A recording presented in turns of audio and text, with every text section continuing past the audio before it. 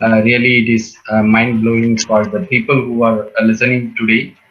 And it is my great pleasure and honor to welcome my mentor and friend, Mr. Arun Sharma. He is greatly accepting our request to come and deliver a talk today.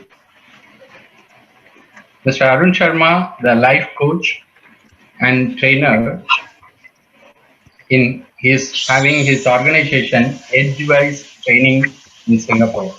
It provides business coaching, personality coaching, and life skill coaching as well as training. Mr. Arun is professionally a chartered accountant, possessing nearly 34 years of experiences in projects and assignments on business re-engineering, due diligence, corporate valuations, project management, and international trade. Arun practices and believes in detached involvement, passion with awareness, enlightened billionaire, and enriching society. He is associated with various social organizations, including a school in tribal belt of eastern India. He has been a president of Toastmaster Club, a judge in international inter-school contest, keynote speaker on various occasions. He has delivered various speeches in Indonesia, India, Thailand, and Singapore. Today, he is going to share with us through his eminent speech on Your Attitude is Your Altitude. I warmly welcome Mr. Arun Sharma. Please, over to you.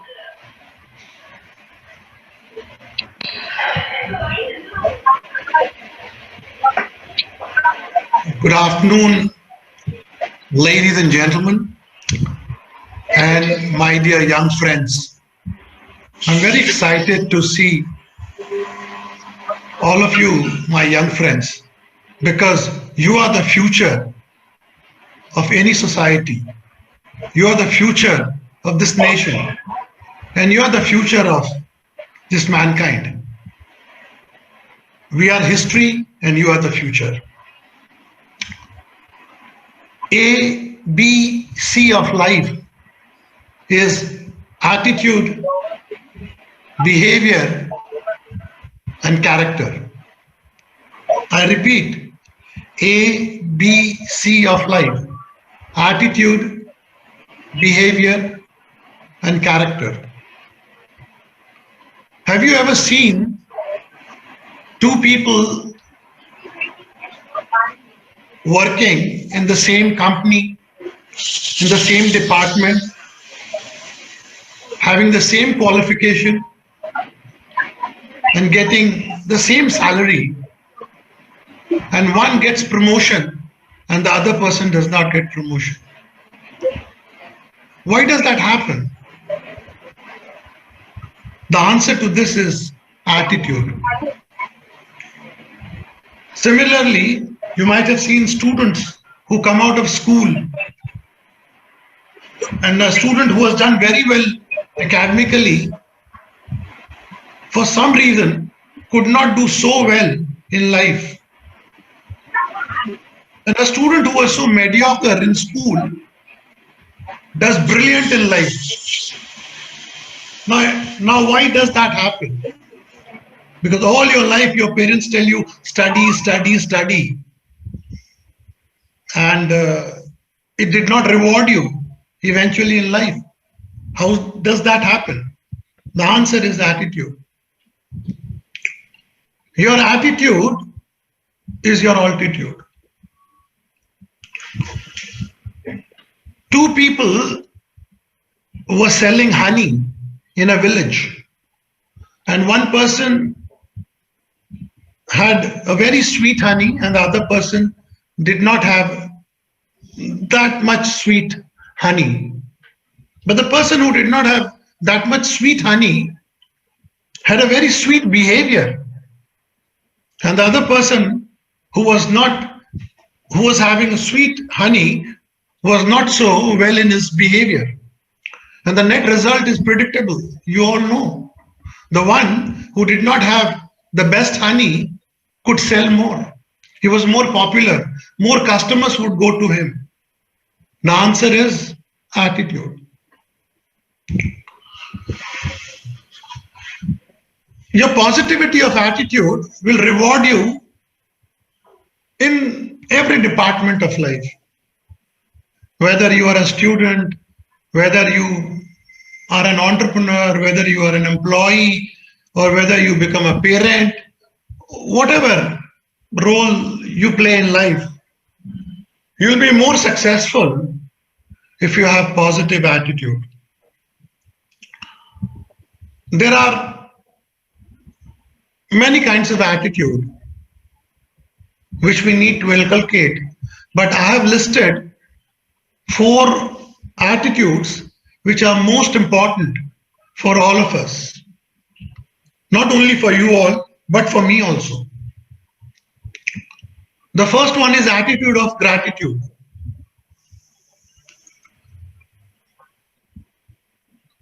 If you are grateful, you get the grace. We have taken everything for granted. We get sunlight for free. We get air for free. We get water for free. Not in Singapore, of course, but in most of the countries you get water for free. And we have taken it for granted. We don't feel grateful for that. If you're not grateful, you stop growing in life. You stop getting that grace from the nature, from divine.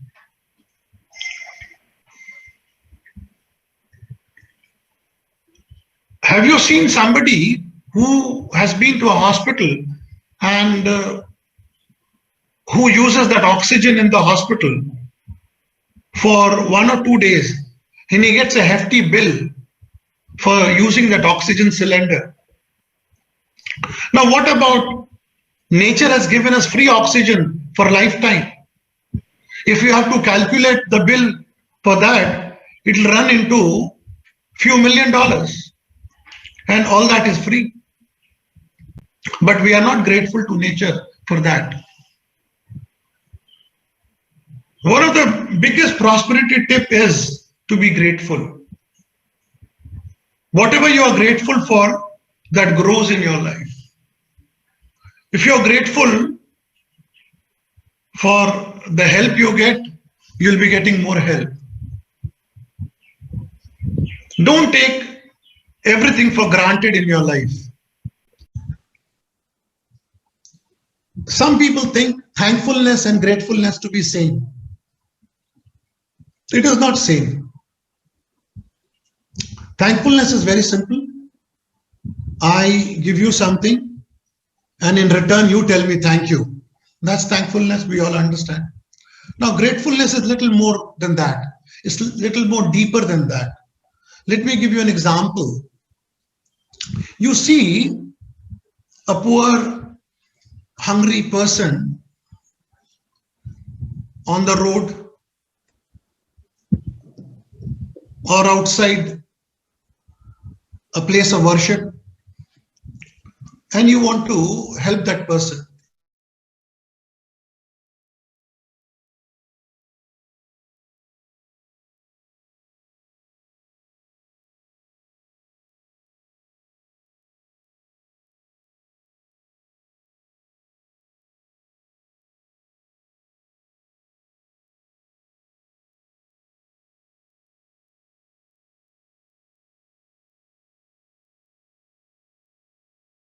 If he lets you help him, then you feel grateful. So he accepts your help. You have to be grateful for that. That is gratefulness. So gratefulness is a spiritual quality. People who are not grateful, they don't grow in life. You don't get the divine grace. Another aspect is acceptance. So first quality attitude of gratitude. Second one is attitude of acceptance. Why this has happened to me? Why this has happened to me? There is no answer. You must learn to accept. Why am I of this faith? Why is my color of the skin like this? Why am I short? Why I have this problem? There is no answer. You have to learn to accept. There was a king and he had a minister. They used to be together all the time. And this minister had the habit of saying, whatever happens, happens for good. And he would, for everything, he would say that same sentence, whatever happens, happens for good. One day, king got his finger cut and it was bleeding. And then he asked his minister, see what happened. So minister said, whatever happens, happens for good.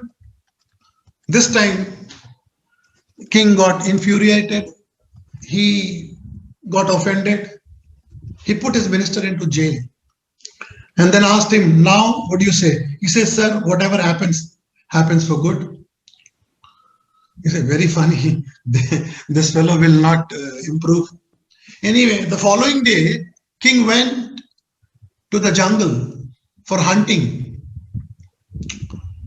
And what happened? He went into deep forest. And the king was caught by a tribe. And that tribe was a human flesh eating tribe. They would eat human being. So the tribe was very happy that they could catch a human being. And obviously, king was very nervous. It was his last day of life. But the tribe had a tradition that they would check the person, that he should be a normal person.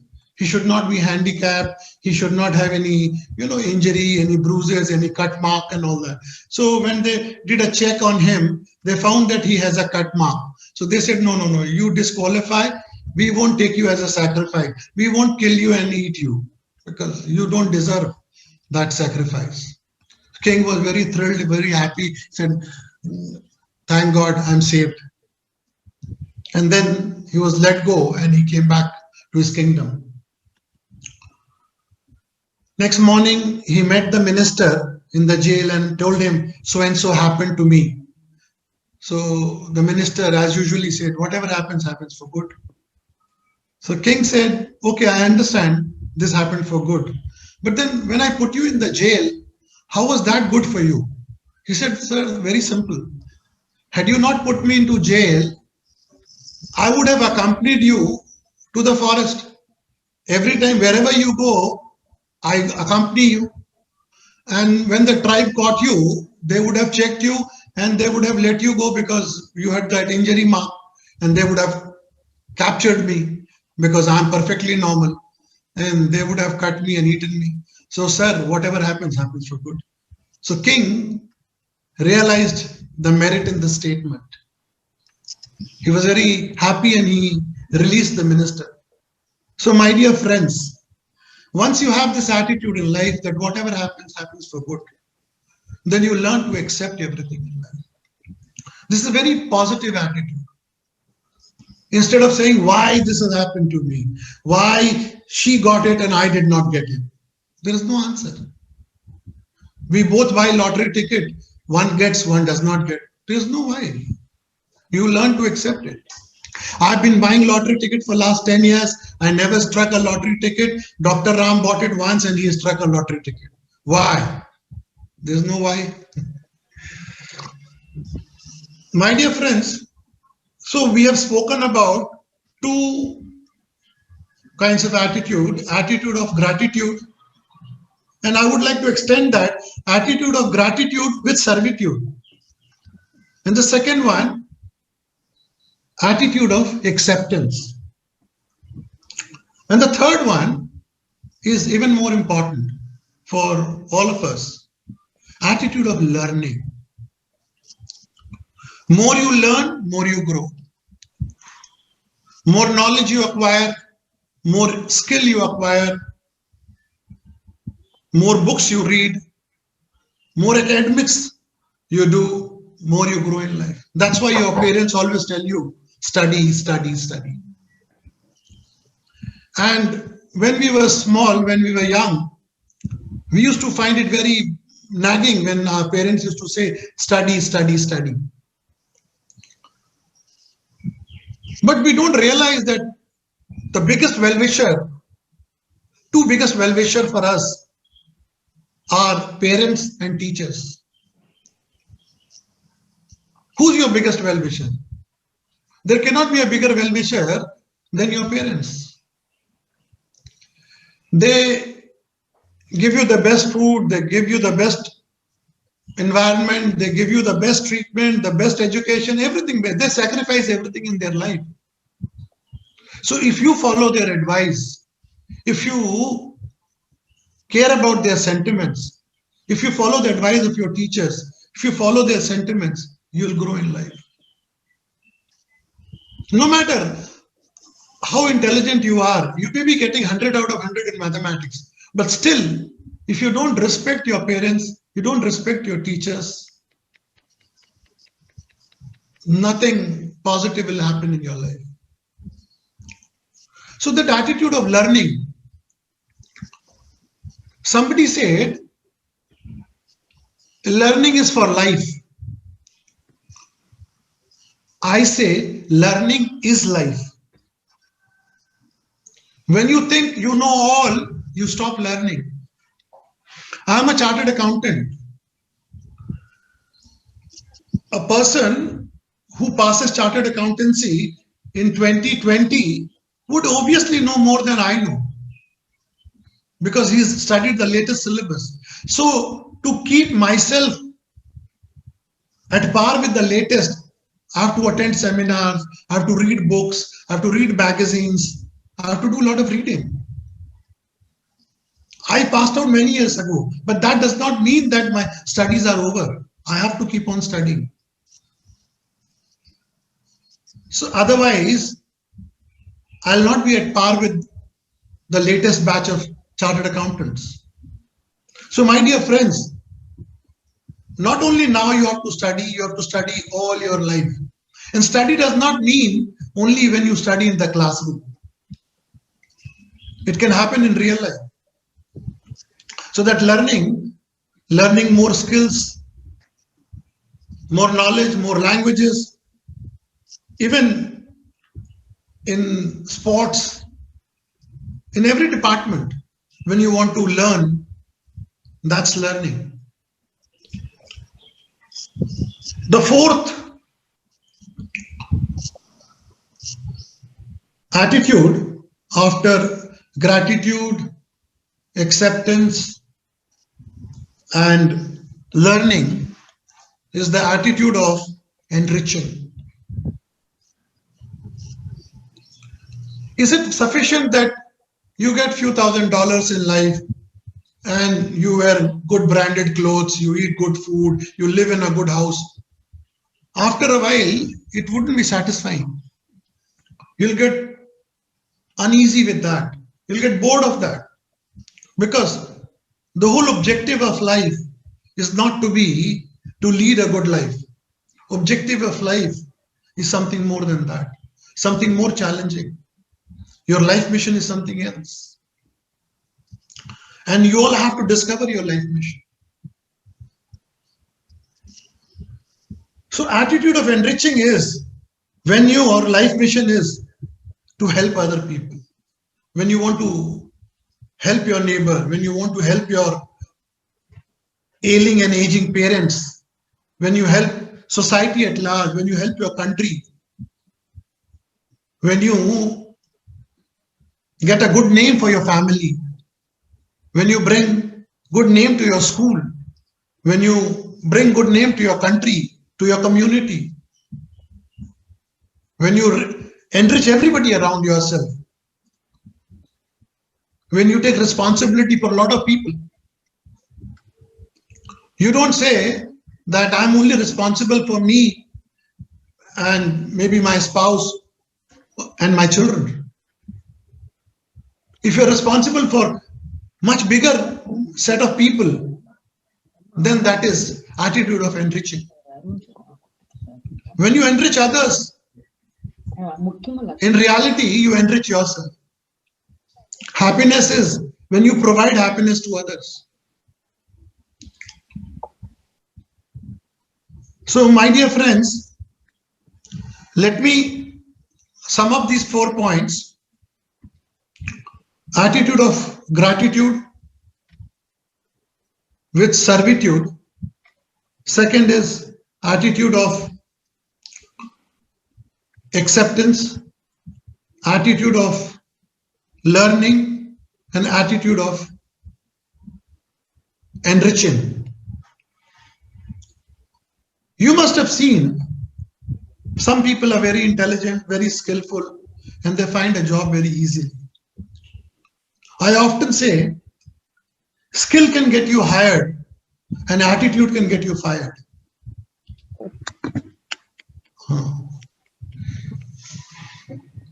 Some people who are not very skillful, steadily, but because of their good attitude, they keep improving in life. I've been into interviewing certain candidates in few companies when I was in India. And I would see, that the board which was responsible for appointment, somebody would look at the mark sheet, somebody would look at the family background, somebody. And one day the managing director of a company asked me, Arun, what do you see in a candidate when there are 10 people? How do you see that he's the right one for us?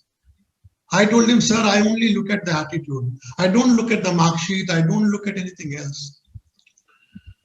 Whether he has a good attitude and whether he's willing to stay with us. These are the only 2 things I look for him. Somebody who's super intelligent and he's not willing to stay in your company. He uses your company as a stepping stone. Why would you hire him? A person who has brilliant attitude, even if he doesn't know the work, within 3 months he'll learn everything. And person who knows the entire work and he doesn't have good attitude, even if you hire him, still he wouldn't be performing well. So attitude makes you the winner. My dear friends, one last point I would like to tell you. If you want to grow in life, listen to your parents. Listen to your father, listen to your mother, and listen to your teachers. They are your best well-wisher. They do enough good to you. Without them, you are rudderless. You are nowhere. You are at the crossroad. You don't know which way to go. Your teachers will guide you at any point of time in life. And they don't have any motivated interest in you. You're not going to reward them. But if you grow in life, they'll be the one to be very happy. So keep in touch with your teachers, respect your parents, and take care of these 4 attitudes, and you will certainly succeed. Thank you.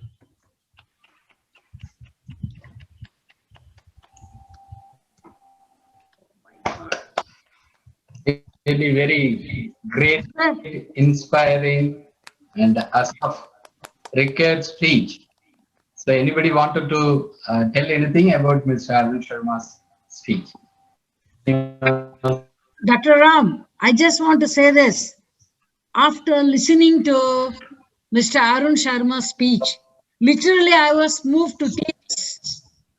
You see, this morning only I was thinking how I wish somebody tells our kids the difference between being grateful and being thankful. I was actually thinking exactly this morning. I even mentioned it to somebody that, I was so thrilled to see that like a clairvoyant, he actually spoke about it today. And what's more, he actually has sensed the pulse of all the children, of all the ages.